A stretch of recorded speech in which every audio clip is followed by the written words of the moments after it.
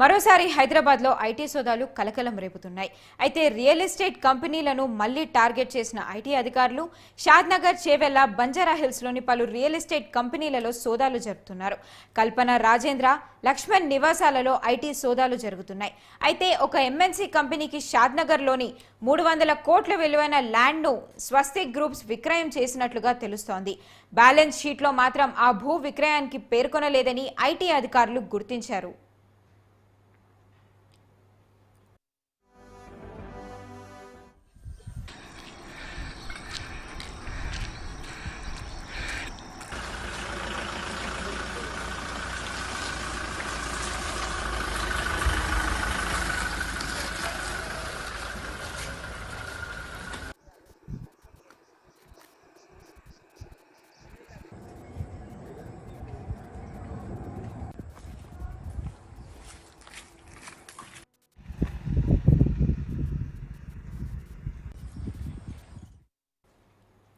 మరోసారి హైదరాబాద్లో ఐటీ సోదాలు కలకలం రేపుతున్నాయి.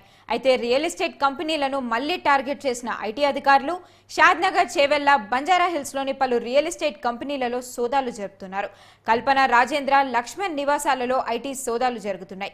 అయితే ఒక ఎంఎన్సీ కంపెనీకి షాద్నగర్లోని 300 కోట్ల విలువైన ల్యాండ్ను స్వస్తిక్ గ్రూప్స్ విక్రయం చేసినట్లుగా సమాచారం అందుతోంది. బ్యాలెన్స్ షీట్లో మాత్రం ఆ భూ విక్రయాన్ని పేర్కొనలేదని ఐటీ అధికారులు గుర్తించారు. ఇదే అంశానికి సంబంధించి మరిన్ని డీటెయిల్స్ మా ఇన్పుట్ ఎడిటర్ రాజమౌళి అందిస్తారు. రాజమౌళి, చెప్పండి, ఈ అంశానికి సంబంధించి మీ దగ్గర ఉన్న అప్డేట్స్ ఏంటి?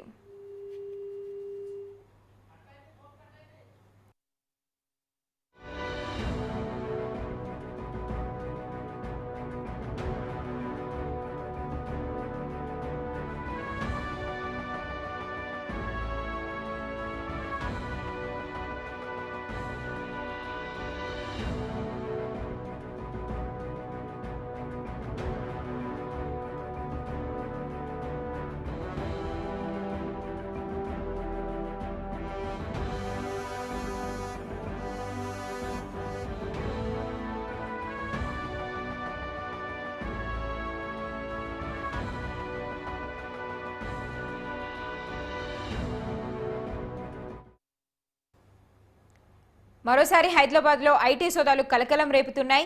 ఇదే అంశానికి సంబంధించి పూర్తి డీటెయిల్స్ మా ఇన్పుట్ ఎడిటర్ రాజమౌళి అందిస్తారు. రాజమౌళి, చెప్పండి, ఈ అంశానికి సంబంధించి మీ దగ్గర ఉన్న డీటెయిల్స్ ఏంటి?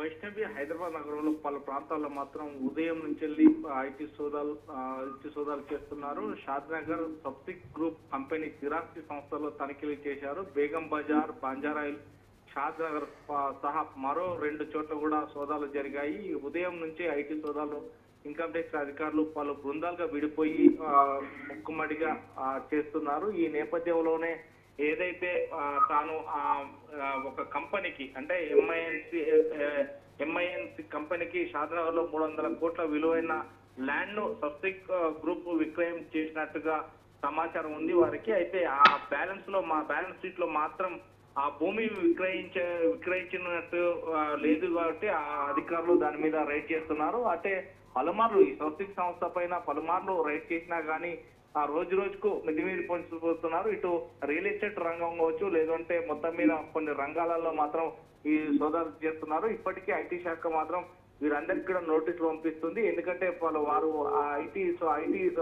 ఐటీ క్లియరెన్స్ లేక వారు ఐటీ కట్టక కొన్నిటిని మాత్రం వాళ్ళు రికార్డెడ్ లో చూపెట్టలేదు. అంటే మొత్తం మీద అంతే జీరో దండంగా మాత్రం తయారయ్యారు. దీనికి సంబంధించి బంజారాహిల్స్, షాద్నగర్ సహా బేగం బజార్ ఇవన్నిట్లో కూడా సోదాలు నిర్వహిస్తున్నట్టుగా మనకు తెలుస్తుంది.